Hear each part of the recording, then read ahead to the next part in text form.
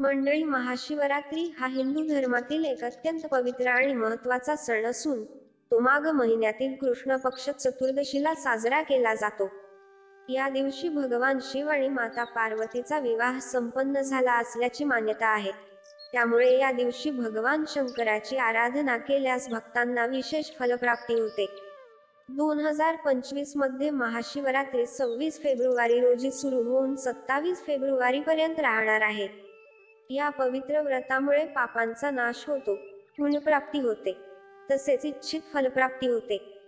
असे मानले जाते की महाशिवरात्रीच्या दिवशी जो भक्त श्रद्धापूर्वक उपवास करतो त्याला वर्षभरातील सर्व शिवपूजनांचे फळ मिळते. विवाहित स्त्रियांसाठी हे व्रत सौभाग्य वाढवणारे आहे, तर अविवाहितांसाठी योग्य जोडीदार प्राप्त होण्यासाठी उपयुक्त आहे. ज्या भक्तांच्या जीवनात अडथळे, अडचणी किंवा नकारात्मकता असेल त्यांनी हे व्रत केल्यास त्यांचे सर्व दुःख आणि संकटे दूर होतात. महाशिवरात्रीच्या दिवशी लवकर उठून काळे तीळ टाकून स्नान करावे. शक्य असल्यास गंगाजळयुक्त पाण्याने स्नान करावे. ब्रह्ममुहूर्तावर उठून भगवान शंकराची आराधना करावी. व्रत करणाऱ्यांनी दिवसभर सात्विक राहून कोणत्याही प्रकारच्या तामसिक गोष्टींना स्पर्श करू नये. उपवासासाठी शक्यतो फलाहार करावा, पण ज्यांना शक्य नसेल त्यांनी फराळ घेऊ शकतात.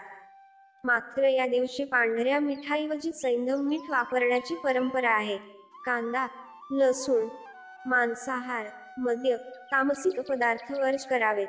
दिवसभर ओम नमः शिवाय मंत्राचा जप करावा. शिवपुराणाचे वाचन करावे आणि भगवान शंकराची कथा ऐकावी. शिवलिंगावर पंचामृत, दूध, दही, मध, साखर आणि गंगाजल अर्पण करावे. भगवान शिवाला बेलपत्र, तांदूळ, तूप, उसाचा रस, सफरचंद, डाळिंब, खीर आणि पांढऱ्या मिठाईचा नैवेद्य अर्पण करावा. मात्र तुळशीची पाने, नारळाचे पाणी आणि केवडा चंपा फुले अर्पण करू नयेत, कारण या गोष्टी शिवपूजेसाठी वर्ज मानल्या जातात.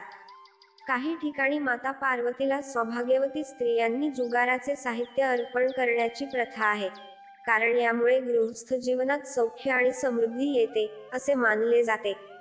महाशिवरात्रीच्या दिवशी सात्विकता राखणे अत्यंत आवश्यक आहे.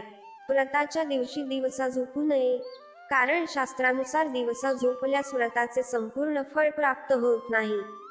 मात्र वृद्ध, गरोदर स्त्रिया आणि आजारी व्यक्तींनी गरज असल्यास विश्रांती घ्यावी. कोणाशीही वादविवाद करू नये, कोणालाही दुःख देऊ नये, खोटे बोलू नये आणि कोणत्याही प्रकारचे अहंकार किंवा द्वेष मनात ठेवू नये.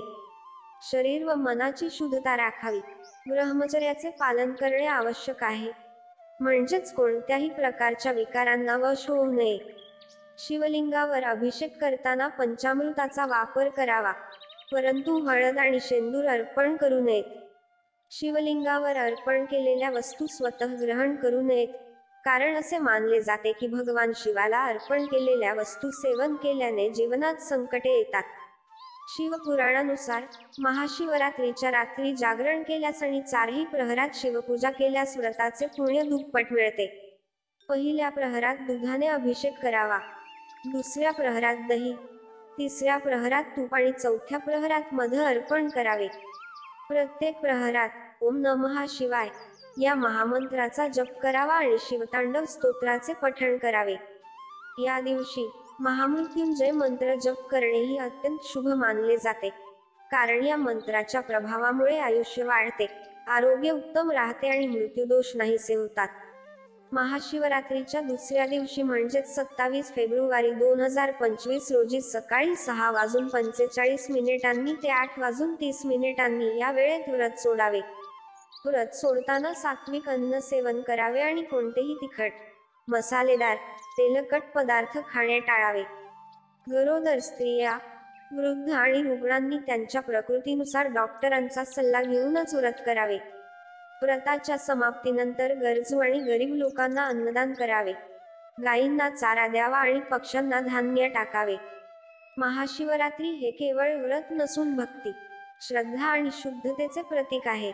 या दिवशी भगवान शंकराची उपासना केल्याने मनःशांती मिळते, जीवनातील अडथळे दूर होतात, आयुष्य समृद्ध होते आणि भक्तांवर शिवाची कृपा सदैव राहते. भगवान शिव हा संहारकर्ता असूनही भक्तांसाठी अत्यंत दयाळू आणि करुणामय आहेत. जो भक्त महाशिवरात्रीला संपूर्ण निष्ठेने आणि श्रद्धेने व्रत करतो, त्याला या जन्मातीलच नव्हे तर पुढील जन्मातीलही उत्तम फळ प्राप्त होते, अशी श्रद्धा आहे.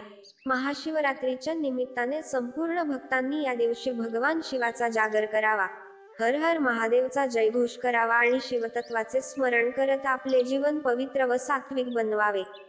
मंडळी, व्हिडिओतील माहिती उपयोगी वाटली असेल तर लाईक करा, मित्र मैत्रिणींना शेअर करा आणि अशीच माहिती मिळवण्यासाठी आमच्या चॅनलला सबस्क्राईब करायला विसरू नका. धन्यवाद.